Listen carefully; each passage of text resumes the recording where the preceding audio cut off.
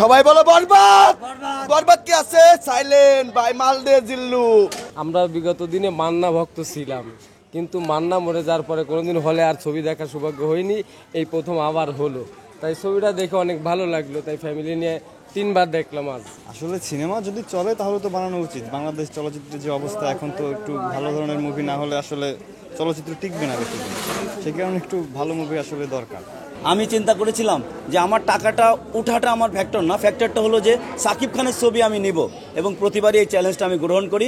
আমি প্রিয়তমাতে চ্যালেঞ্জ নিয়েছিলাম এবং সেটা আমি সাকসেস হয়েছি। আজকে আমার সর্বোপরি এটা যে ব্যাপারটা ছিল, সেটা আমি যে কোনো মূল্যে আমি এই ছবিটা চাই।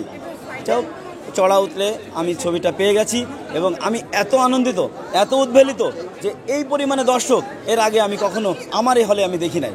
ছবি আসলে এক কথা বলতে গেলে অসাধারণ ছিল, ওভারঅল সবচেয়ে ভালো। এবং লাইভে ফার্স্ট টাইম হচ্ছে আমি টিকিট কেটে শাকিব খানের ছবি দেখার জন্য আসছি। মাইকে সে প্রেম করা যাবে না, ছবিটা সেই বোঝা গেছে। এরকম ছবি বাংলাদেশের জগতে কোনো সময় হয়নি। অবিশ্বাস্য ছবি। শাকিব খান দিন দিন নিজেরাই এত উন্নত করতেছে, মানে অবিশ্বাস্য, অসাধারণ, কিছু বলার নেই।